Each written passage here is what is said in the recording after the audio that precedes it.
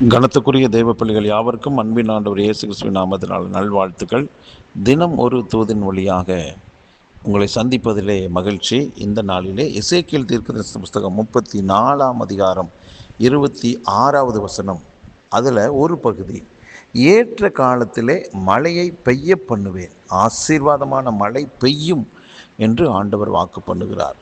அன்பானவர்களே, ஒவ்வொரு மனிதனுமே ஒவ்வொரு நாளுமே ஒவ்வொரு எதிர்பார்ப்போடு காத்திருப்பது தெரியும். ஒவ்வொருவருமே ஒருவேளை தன்னுடைய ஆவிக்குரிய வாழ்க்கையில் ஜெபத்தோடு காத்திருப்பார்கள், விசுவாசத்தோடு காத்திருப்பார்கள். இப்படி எதிர்பார்ப்பில்லாத மனிதர்கள் யாருமே இருக்க முடியாது.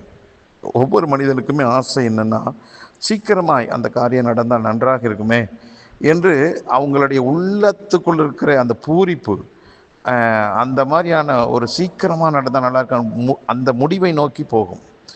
இப்படி பல்வேறு விதங்களிலே ஒரு எதிர்பார்ப்பும் வாஞ்சையும் விருப்பமும் தள்ளி கொண்டே போகும், சீக்கிரம் சீக்கிரம் சீக்கிரம் என்று சொல்லி. ஆனால் ஆண்டவருடைய பார்வை எப்படி இருக்குதுன்னா, ஏற்ற நேரத்தில் என்று ஆண்டவருடைய வார்த்தை சொல்கிறது.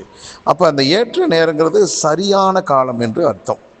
ஆகவே இப்போ விவசாயம் பண்ணணும்னா, விவசாயம் பண்ணுவதற்கு எந்த காலகட்டங்களில் மழை பெய்தால் நல்லது என்று விவசாயிக்கு தெரியுமில்ல.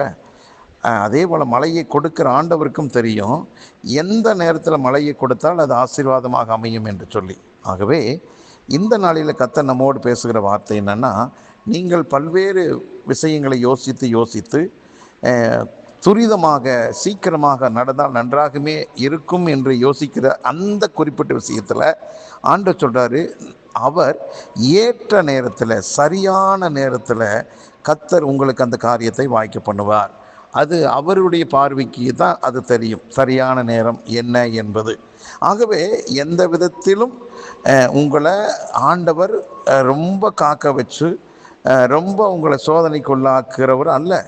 சரியான நேரத்தில் சரியான காரியத்தை செய்து முடிப்பார். ஆகவே உங்கள் காத்திருத்தல் ஒரு நாளும் வீணாகாது. ஆகவே ஆசீர்வாதமான மழை பெய்யும் என்று சொல்லியிருக்காது. அப்போ ஏற்கனவே அவர் முடிவு பண்ணி வைத்திருக்கிற அந்த குறிப்பிட்ட காரியம் உங்கள் வாழ்க்கையில் அது ஆசீர்வாதமாகவே தான் அமையுமே ஒழிய நஷ்டத்துக்கு ஏதுவாக, சாபத்து ஈடானதுக்கு ஏதுவாக நடக்காது, தோல்விக்கு ஏதுவாக நடக்காது. ஆகவே கர்த்தர் முன்குறித்த ஆசீர்வாதமான அந்த காரியம் அவர் குறித்த நல்ல நாளில் வரும்.